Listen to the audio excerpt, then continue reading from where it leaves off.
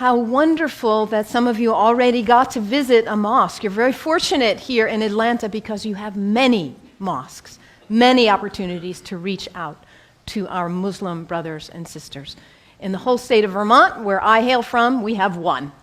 So you have no reason to not visit. It's right around the corner from you. There are mosques everywhere.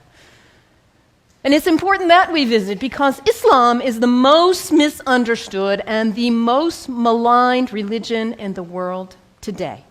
We are being whipped up into fear of Muslims. And when we are afraid, we're stupid, actually.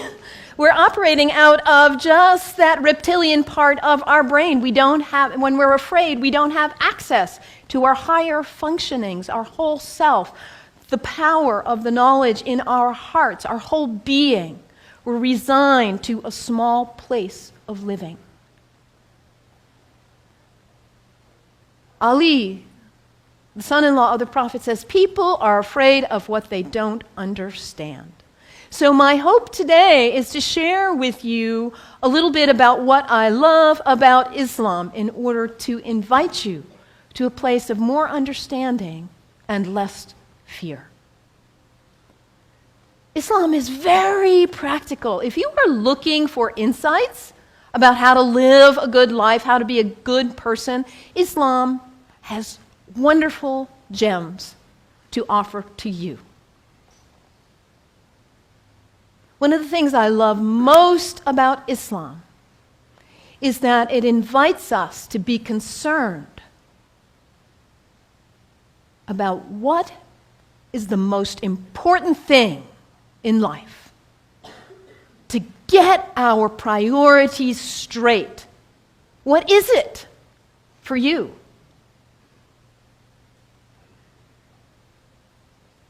Stuff? Money?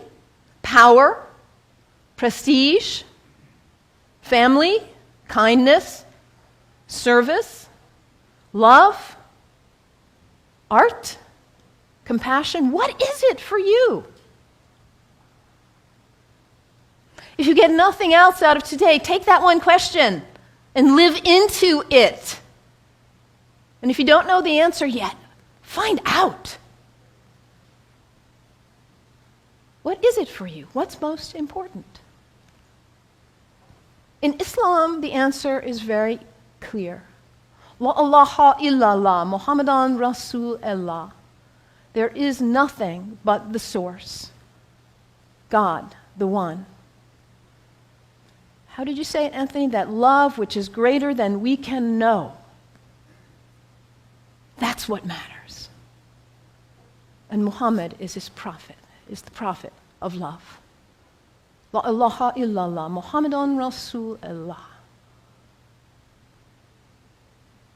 And the thing about us humans, when we get that clarity, we know what's important. What do we do with that?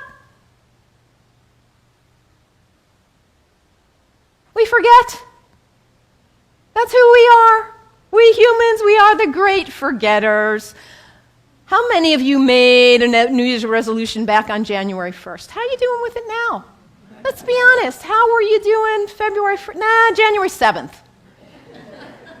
We get this high resolve and this clarity, and then we get caught up in all the distractions, all the things pulling our attention here and there, and we forget.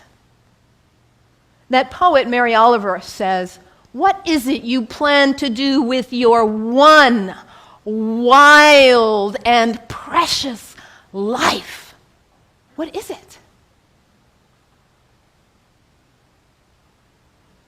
In order to not waste our life, we need to regularly hit that reset button, come on back to center, to our heart, to what we know is really why we are here, what we know is really important. Regularly throughout the day, to stop and come back and say, well, let me check in and remember what matters so I don't waste my day or my week or my month or my life. And for Muslims, this is prayer, salat, It is the second pillar of Islam. The first pillar, la ilaha illallah, to know what matters. And the second pillar is to hit that reset button in order to regularly come back to center and remember what really matters. And for Muslims, this is not an activity in the head. It's an activity of the whole body. Allah Akbar, Allahu Akbar. Bismillah ar-Rahman ar-Rahim. Alhamdulillah, Rabbil Alameen. Ar-Rahman ar-Rahim. Malik Yawmiddin. Iyyaka na'budu wa iyyaka nasta'in. As-siratal mustaqim. Siratal ladhina an'amta alayhim. Ghayril maghdubi waladdallin. Amin. Allahu Akbar. Allahu Akbar. Allahu Akbar.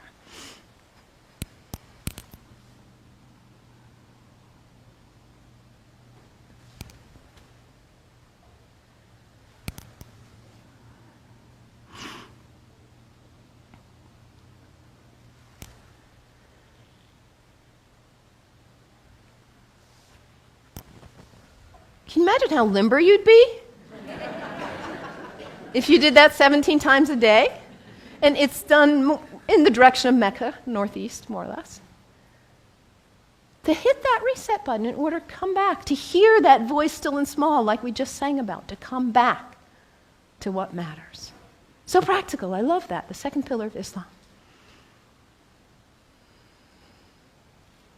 Islam also reminds us to always be concerned about those who are less well off than ourselves. Over and over in the Quran it says, be concerned about the widows and orphans. Be generous. I brought some soup as a symbol